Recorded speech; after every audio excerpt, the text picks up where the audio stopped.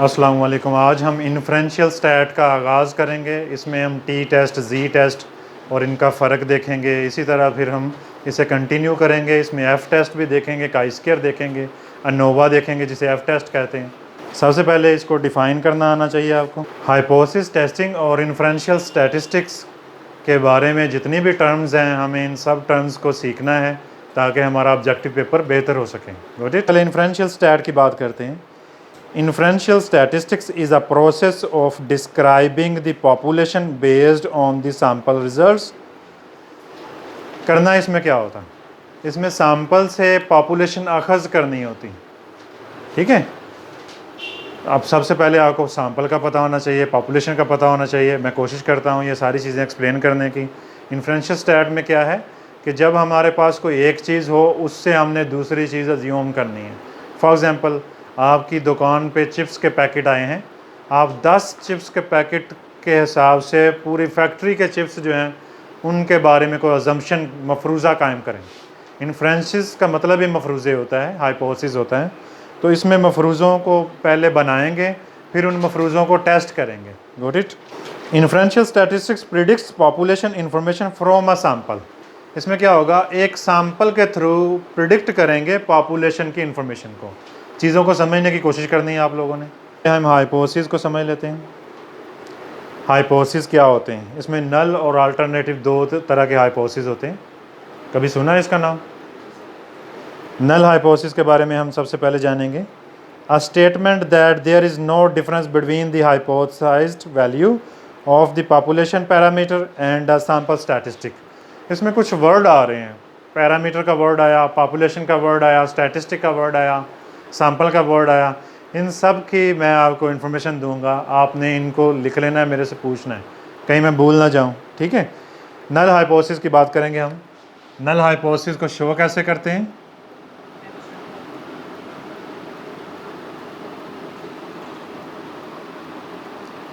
जी, null hypothesis को show कैसे करते हैं? इसे एच नॉट से शो करते हैं आमतौर पे। अब ये होता क्या है, स्टेटमेंट क्या होती है, आपने कोशिश करनी है थोड़े सब्र से, तहम्मुल से सारी चीज़ें सुननी है। मैं आपको क्वेश्चन तक लेके जाऊंगा और फिर आपको बताऊंगा नल हाइपोथेसिस कैसे निकलता है, कैसे आता है, ठीक है। अच्छा, इसका आम तौर पे मतलब होता है कि ये एक ऐसी स्टेटमेंट है जिसमें ये चीज़ शो करवाई गई है कि there is no difference between means, ठीक है, यानी सैंपल और पॉपुलेशन में कोई फ़र्क ना होना। आपके जो 10 चिप्स के पैकेट आए हैं दुकान पे, वो भी बराबर हैं आपस में, और वो फैक्ट्री के चिप्स के भी बराबर हैं, कोई डिफरेंस आ ही नहीं रहा, ठीक है। तो इसमें शो किया जाएगा देयर इज़ नो डिफरेंस। अच्छा, आम तौर पे नल हाइपोथेसिस ये बेनिफिट देता है, ठीक है। फॉर एग्जांपल, जब तक नवाज शरीफ पर कोई इल्ज़ाम नहीं लगाया गया था, Nawaz Sharif benefit of doubt ले रहा था, ठीक है। जिसने इल्ज़ाम लगाया फिर उसने प्रूव करने होते हैं, ठीक है, समझ रहे बात। तो तब तक क्या होता है, तब तक सब कुछ ठीक है, कोई करप्शन नहीं। जब तक साबित नहीं हुआ तब तक क्या है, कोई करप्शन नहीं। ऑल मीन्स आर इक्वल, सारी चीज़ें सेम है, सारी चीज़ें ठीक हैं। और जैसे ही कोई सेकंड पार्टी आती है, वो कुछ कहती है, क्लेम करती है, फिर चीज़ें अल्टरनेटिव की तरफ आती हैं। अभी शायद आपको ये चीज़ें ना समझ आएँ, आप आगे चलने देते हैं लेक्चर को, फिर आपको ये चीज़ें समझ आएंगी इंशाल्लाह। लिखें इसमें, a statement that there is no differences between the हाइपोथेसाइज्ड value of the population parameter and a sample statistics, it carries the benefit of the doubt. जैसे कि मैंने पहले आपको बताया, सैम्पल स्टैटिस्टिक्स की बात होगी, ये हम सीखेंगे। अगर आप नहीं लिख सके तो मैं यहाँ बोर्ड पे लिख देता हूँ आपकी आसानी के लिए। A statement that in the हाइपोथेसाइज्ड value of, जो मफरूज़े में होगी ना, hypothesized value of population parameter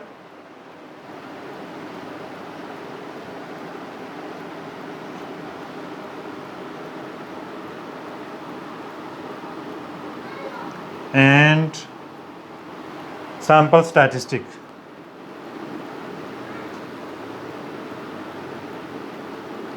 अब इस चीज़ को समझने के लिए मैं आपको एक ग्राफ की शक्ल में ये चीज़ें समझाऊंगा, अभी आप लिखें, ठीक है। यानी कि ये कह रहा है कि ऐसे है कुछ सिनेरियो। अब इसमें क्या है, ये भी मीन है और ये भी मीन है, इसे म्यू कहते हैं, इसे एक्स बार कहते हैं। एक्स बार भी मीन है और म्यू भी मीन है। एक्स बार सैंपल मीन है और म्यू पॉपुलेशन मीन है। और ये सिंबल्स, ये सिंबल जो है ये स्टैटिस्टिक को शो करता है। जो चीज़ें सैंपल की होती हैं ना वो सारी स्टैटिस्टिक को शो करती हैं, और जो पॉपुलेशन के सिंबल्स होते हैं वो पैरामीटर को शो करते हैं। It is denoted by H not, it is denoted by H not. It is based on the equality, ये इक्वलिटी पे बेस करता है। It is based on the equality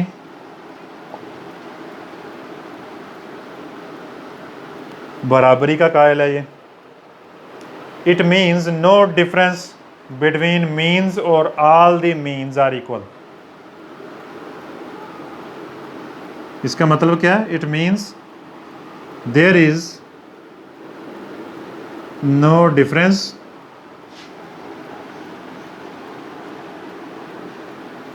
between means, arithmetic mean की बात हो रही, बिटवीन मीन्स, और ऐसा भी कह सकते हैं all the means are equal, all the means are equal. Got it? अब इसकी एक एग्जांपल लेते हैं। फॉर एग्जांपल, अब एग्जांपल इसकी लेते हैं। एच नॉट क्या हो सकता है? Mu 1 is equal to mu 2 is equal to mu 3 is equal to mu k, n भी कह सकते हैं हम। यानी जितने भी म्यू हैं, ये म्यू पॉपुलेशन मीन को शो कर रहा है, वो सारे के सारे बराबर हैं आपस में। इसे ऐसे भी शो कर सकते हैं, H not mu 1 greater than and equal to mu 2 greater than and equal to mu 3 greater than and equal to mu k. अब ये ग्रेटर भी हो सकता है, लेस भी हो सकता है, मगर इक्वलिटी साइन इसमें मस्ट है। एच नॉट की नल हाइपोथेसिस की जब भी आप बात करेंगे तो इसमें इक्वलिटी साइन मस्ट है। Got it? ये इक्वलिटी पे बेस करते हैं। इसी तरह से और एग्जांपल क्या हो सकती है? एच नॉट ऐसे भी हो सकते हैं, mu 1 less than and equal to mu 2 less than and equal to mu 3 less than and equal to mu के। Got it? अब ये क्यों लिखा गया है, ये आप न्यूमेरिकल में ये चीज़ वाज़े हो जाएगी कि ये मैंने क्यों सिखाए हैं। क्योंकि न्यूमेरिकल में हमने ये तीनों बनाने होते हैं, ठीक है। 3 किस्म के हमने ये चीज़ें सीखेंगे तो बना सकेंगे हम। Got it? अभी इसका मुसर्रफ आपको नहीं समझ आएगा, फिर मैं बताऊंगा आपको जब न्यूमेरिकल पे पहुंचेंगे। Equality sign is common thing, equality इसमें कॉमन है। अगर ग्रेटर है या लेस है तो भी इक्वलिटी है, ठीक है। It is also called statistical hypothesis, ये आपकी ऑब्जेक्टिव एमसीक्यूज़ के लिए इसे क्या कहते हैं? स्टैटिस्टिकल हाइपोथेसिस भी कहते हैं, क्योंकि आपकी सारी स्टैटिस्टिक्स इस पे बेस कर रही होती है जो एच नॉट होता है, ठीक है। समझ के बात? एच नॉट की स्टेटमेंट बहुत अहम होती है।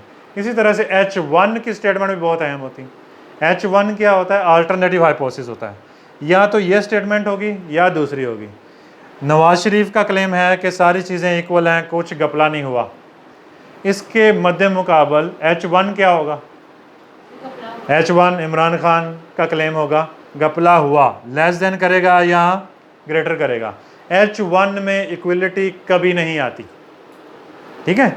इक्वलिटी आती है एच नॉट में, ठीक है। ये कह रहे हैं कि बिल्कुल इक्वल है, ठीक है। अगर जब इमरान खान आके कह रहा है कि लेस देन है, तो फिर इसमें ये नहीं चुनेंगे, इसमें फिर ग्रेटर और इक्वल चुनेंगे, ठीक है। अगर एच 1 का क्लेम है लेस देन, तो उसका उलट फिर ग्रेटर बनता है ना। लिखेंगे एच नॉट को पहले, लेकिन बनाएंगे एच 1 को पहले। ये चीज़ें क्या हैं, अभी कंफ्यूज नहीं होना। आप दोबारा से जब इसे सुनेंगे तो आपको ज़्यादा चीज़ें समझ आएगी, ठीक है। आप चुप करके क्वेश्चन तक पहुंचने दें काम। मुझे पता है फ्रस्ट्रेशन भी हो रही होगी, फ़िक्र भी होगी टाइम गुजरने की, पेपर की, लेकिन भरोसा रखें, अब आ जाते हैं अल्टरनेटिव हाइपोथेसिस की तरफ। अब हम बात करेंगे अल्टरनेटिव हाइपोथेसिस की। इसे H1 से शो करते हैं और इसकी डेफिनेशन क्या होगी? A statement that the value of population parameter is different from that specified by the null hypothesis. जो चीज़ नल हाइपोथेसिस में आई है उसके बिल्कुल अगेंस्ट ये होगी और इसमें इक्वलिटी साइन नहीं होगा। ठीक है, अगर H0 जो है उसमें क्या है, उसमें है mu is equal to 14 for example, ये है H, तो इसका H1 क्या बनेगा? इसके अगेंस्ट क्या होगा? म्यू क्या हो सकता है इसके अगेंस्ट? ग्रेटर भी हो सकता है और लेस भी हो सकता है। ठीक है, म्यू लेस देन 14, यानी इसके अगेंस्ट, इक्वलिटी के अगेंस्ट क्या क्या हो सकता है? ग्रेटर और लेस। अच्छा, अगर H0 हो mu greater than and equal to 14, आपको पता है H0 की वजह से इक्वलिटी साइन मस्ट है इसमें, इसके अगेंस्ट H1 क्या बनेगा? म्यू, इसका उलट क्या होगा? Less than 14। Got it? इसमें इक्वलिटी साइन क्यों नहीं आया हेरा? क्योंकि ये अल्टरनेटिव हाइपोथेसिस है, इसमें इक्वलिटी कभी नहीं आती। इक्वलिटी किसका खासा है? H0 का, नल हाइपोथेसिस का। अब यहाँ पे मदीहा हमें बताएंगी, अगर ऐसे हो नल हाइपोथेसिस के 14 less than and equal to 14, sorry यहाँ म्यू लगाते हैं, mu less than and equal to 14, तो इसका H1 क्या बनेगा? इसके अगेंस्ट क्या हाइपोथेसिस होगा? म्यू ये लेस है तो ग्रेटर आ जाएगा 14। ठीक है, गॉट इट? क्या ये समझ आया? अगर आपको ये चीज़ समझ आ गई तो आप क्वेश्चन का पहला स्टेप सीख गए। अब ये क्वेश्चन स्टेटमेंट से हमने ये चीज़ें निकालनी, मैं आपको सिखाऊंगा कैसे क्वेश्चन स्टेटमेंट से ये हाइपोथेसिस बनाने। It carries the burden of proof, जैसे कि बेनिफिट ऑफ डाउट ले रहा था H0 कह रहा है ना कि ये ग्रेटर और इक्वल है इसके, तो ये क्या ले रहा है? ये बेनिफिट ऑफ डाउट ले रहा है। जब तक रिसर्च नहीं हो जाती, हाइपोथेसिस रिजेक्ट या एक्सेप्ट नहीं हो जाता, तो ये तो लिए जा रहा है बेनिफिट। एक शॉपकीपर है, उसके जो चिप्स के पैकेट हैं उसमें ऊपर लिखा है 10 ग्राम और अंदर से 5 ग्राम निकल रही, किसी ने क्लेम ही नहीं किया, किसी ने नोटिस ही नहीं किया, तो वो क्या ले रहा है? वो ऐसा कह के बेनिफिट ऑफ डाउट लिए जा रहा है कि इतने ग्राम इसमें चिप्स है। ठीक है, जब कोई क्लेम करेगा H1 होगा, वो क्लेमर क्या होगा? क्लेमर की स्टेटमेंट H1 होगी। ठीक है, जो क्लेम करेगा उसकी स्टेटमेंट H1 होगी, और H1 हम पहले बना लेंगे, फिर उसका उलट ये बनाएंगे। अब H1 कह रहा है कि लेस देन है, चिप्स इतने ग्राम नहीं है, तो इसके अगेंस्ट फिर ग्रेटर होगा या इक्वल होगा। Got it? थोड़ी सी क्लियर हुई? तो ये क्या होता है, इस पे प्रूव का बर्डन है। ये जब तक साबित नहीं कर जाता तो वो बेनिफिट ऑफ डाउट लेता रहेगा, H0 फ़ायदा लेता रहेगा, जब तक H1 जो है वो उस पर बर्डन है ना प्रूफ का, जब तक वो साबित नहीं कर देता। Got it? And is denoted by H1 और HA, इसे H1 और HA से शो करते हैं। ये भी आपके MCQs के लिए आपको पता होना चाहिए। इट सेज, ये हाइपोथेसिस कहता क्या है? All means are not equal. ये कहता है all means are not equal. Got it? जैसे कि H0 कह रहा है all the means are equal, और ये कह रहा है not all the means are equal. It is actually works against the null hypothesis, ये नल हाइपोथेसिस के उलट काम करता है। It is also called research hypothesis. H0 को क्या कहते हैं? क्या कहते हैं H0 को? स्टैटिस्टिकल हाइपोथेसिस कहते हैं, और H1 को कहते हैं रिसर्च हाइपोथेसिस। आपकी सारी की सारी रिसर्च बेस करती है H1 पे। स्टैटिस्टिकल हाइपोथेसिस H0 को कहते हैं, और अल्टरनेटिव यानी H1 को कहते हैं रिसर्च हाइपोथेसिस। Got it? अब इसकी एग्जांपल क्या होगी? H1 mu is not equal to μ1 is not equal to μ2 is not equal to μ3 is not equal to μk। जितने भी म्यू हैं, मीन है पॉपुलेशन के, वो सारे आपस में बराबर नहीं हैं। ये भी सिनेरियो हो सकता है। और फिर क्या सिनेरियो हो सकता है? μ1 क्या हो सकता है scenario? Greater than μ2 greater than μ3 greater than μk। इसी तरह और सिनेरियो क्या हो सकता है? H1 less than μ2 less than μ3 less than μk। Got it? इसमें आयशा क्यों नहीं इक्वलिटी आई? क्योंकि ये H1 है, इसमें इक्वलिटी साइन नहीं आता कभी भी। ये सारी चीज़ें आपको याद होंगी तो आपके MCQs जो हैं रिसर्च में भी सही होंगे और स्टैट में भी सही होंगे इंशाल्लाह। हाइपोथेसिस टेस्टिंग के स्टेप्स होते हैं। ये जो क्वेश्चन हम करने जा रहे हैं टी टेस्ट, जी टेस्ट या इन्फ्रेंशियल स्टैट, इसमें स्टेप्स के मार्क्स होते हैं। अगर आपके सिर्फ स्टेप्स सही हो जाएं तो आपको 4 से 5 मार्क्स मिल जाएंगे। वो स्टेप क्या होते हैं? उसमें एक तो ये था null hypothesis, state the null and alternative hypothesis, ये हमने समझ लिया। इसके बाद क्या चीज़ें होती हैं वो भी हम समझेंगे। उससे पहले आपको समझना ज़रूरी है कि पॉपुलेशन क्या होती है और स्टैटिस्टिक क्या होती है।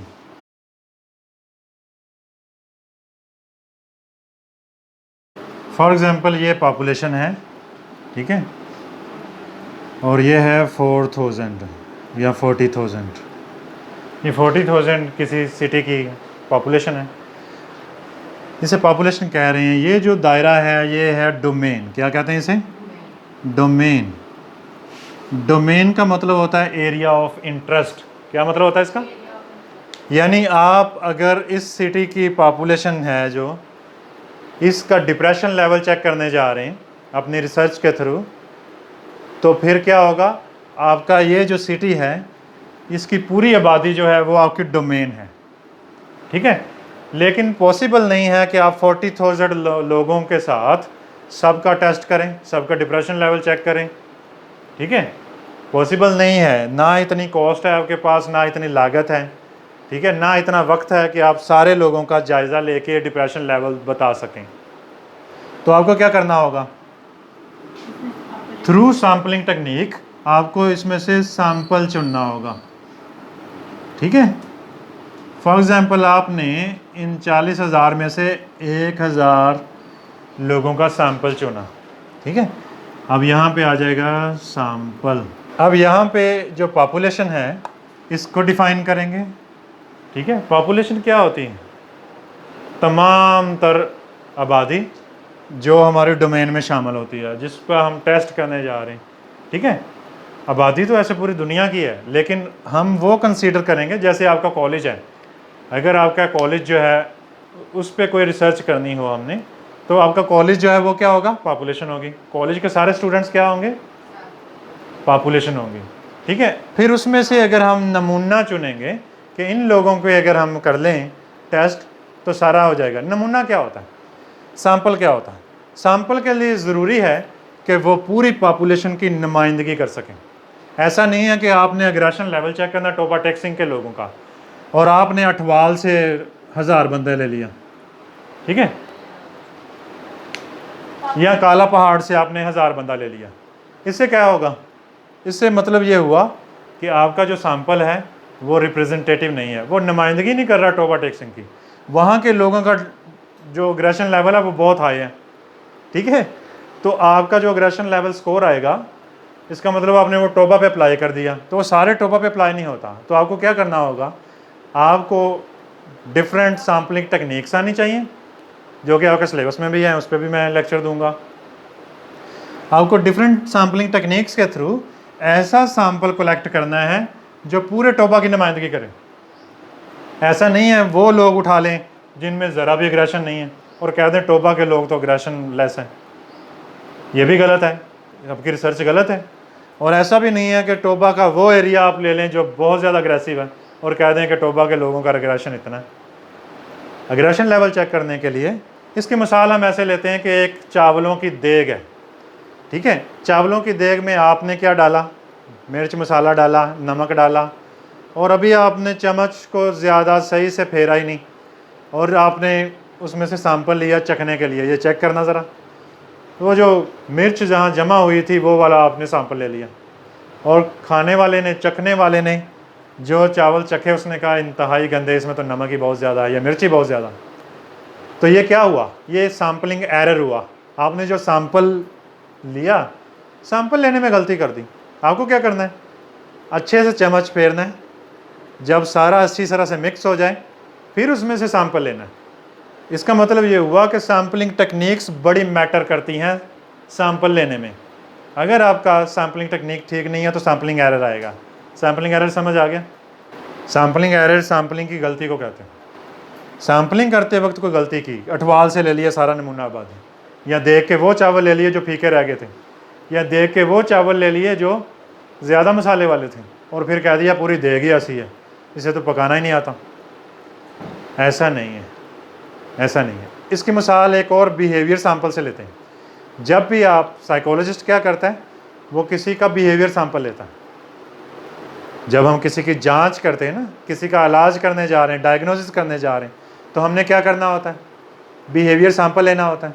और अगर हम बिहेवियर सैंपल ऐसा ले लें कि जब जब वो बदतमीज़ी कर रहा है हमने वो सैंपल ले लिया, तो इसका मतलब हमने सैम्पलिंग या डाटा अच्छा कलेक्ट नहीं किया। नहीं समझे बात?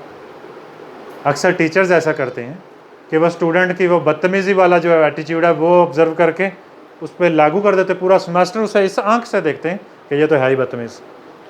ठीक है, इसका मतलब क्या हुआ कि आपने उसका वो नमूना बिहेवियर देख लिया जो पूरे पे लागू कर दिया, हालांकि वो अक्सर ऐसा नहीं करता था, बस उस दिन वो अपसेट था, उस वजह से उसने ऐसा किया। ठीक है, हमने रिलेटिवली परमानेंट करैक्टरिस्टिक्स देखनी होती हैं किसी भी एरिया की। नहीं समझे? आप ऐसे बैठे हैं जैसे मैं कोई अनहोनी बातें कर रहा हूँ। ये चीज़ समझ आई आपको? अब इसके बाद हम तज़किरा करेंगे पैरामीटर्स का और स्टैटिस्टिक का।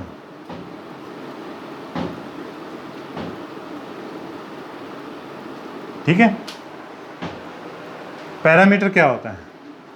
न्यूमेरिकल वैल्यूज और characteristics drawn from the population are called parameters.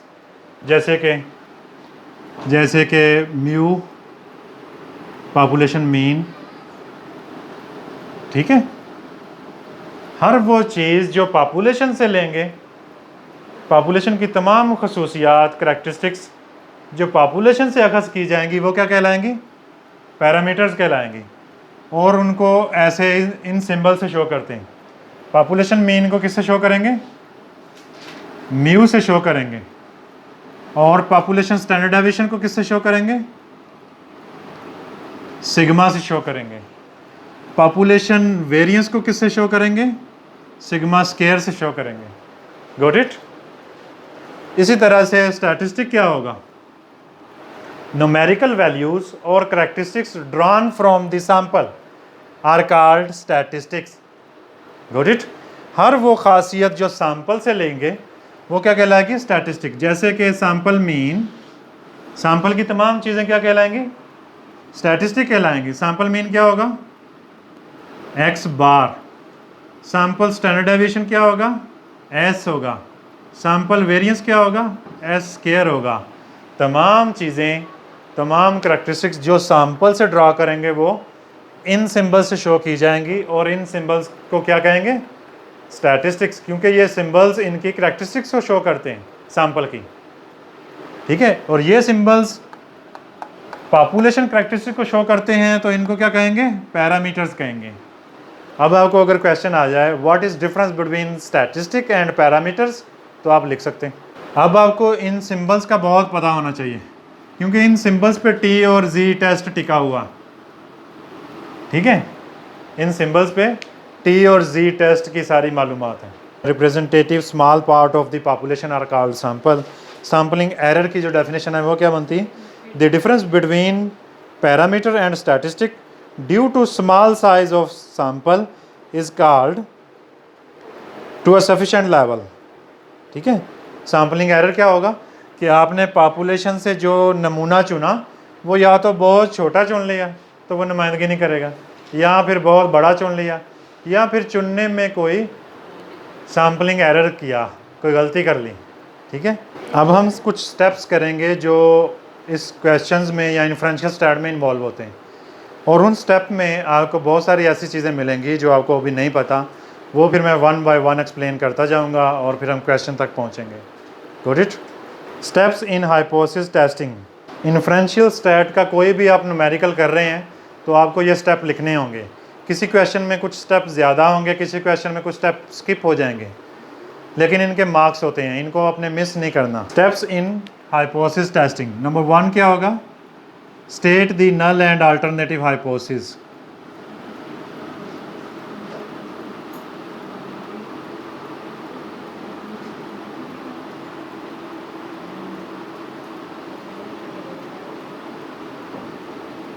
ठीक है, आप इसे ऐसे भी लिख सकते हैं, state the H0 and H1। हमने जब भी कोई न्यूमेरिकल करना है तो पहले ये स्टेप लिखना है और फिर इस स्टेप पे अमल करना है, फिर दूसरे स्टेप पे आ जाना है, फिर उस पर अमल करना है। ठीक है, और इसको हम पॉइंटर से लिखेंगे, अच्छा करके लिखेंगे। इसके मार्क्स हैं। स्टैट में आपको जितना आपने क्वेश्चन किया उसके मार्क्स मिलेंगे। इन्फ्रेंशियल स्टैट में आपको बड़ा मार्जिन है। आपको खुदा ना खास्ता क्वेश्चन नहीं आता, आपने स्टेप किए और कोशिश कर दी, तो आपको उस सवाल के कुछ ना कुछ मार्क्स मिलेंगे। नंबर 2 होगा आइडेंटिफाई द टेस्ट क्राइटेरिया।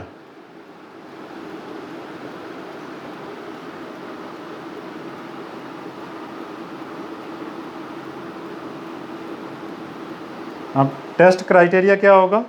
इसमें 3 चीज़ें होंगी। एक होगा लेवल ऑफ सिग्निफिकेंस,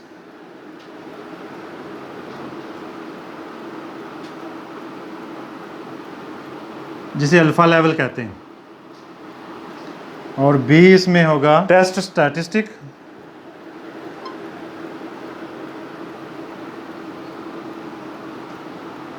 इसको फार्मूला कहेंगे कि टी टेस्ट लग रहा है, जी लग रहा है, एफ लग रहा है, काई लग रहा है।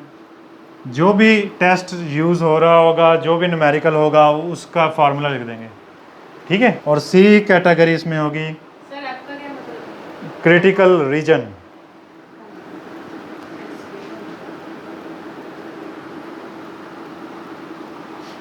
एफ का मतलब है अनोवा, ये भी टेस्ट है एक। अब क्रिटिकल रीजन जो है, इसमें फिर 2 तरह का क्रिटिकल रीजन होगा। एक होगा वन टेल्ड टेस्ट,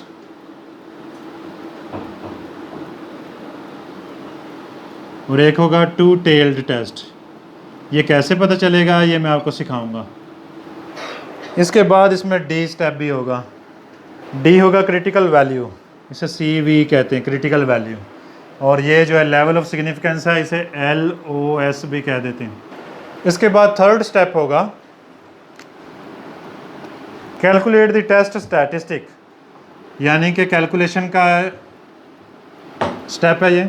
तीसरा स्टेप होगा कैलकुलेट द टेस्ट स्टैटिस्टिक। इसमें जो न्यूमेरिकल होगा, जो फार्मूला होगा, टेस्ट स्टैटिस्टिक फार्मूला को कहेंगे, उसे कैलकुलेट किया जाएगा। इसके बाद जो फोर्थ स्टेप होगा वो होगा place the calculated value on a distribution curve. Fourth step होगा प्लेस द कैलकुलेटेड वैल्यू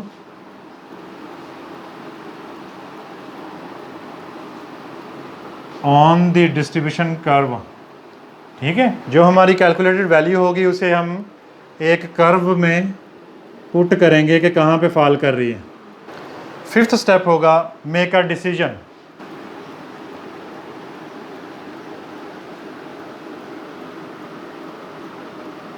इसमें हम फैसला करेंगे कि हमारा हाइपोथेसिस रिजेक्ट हुआ या एक्सेप्ट हुआ। और सिक्स्थ स्टेप होगा इंटरप्रेट द टेस्ट रिजल्ट्स।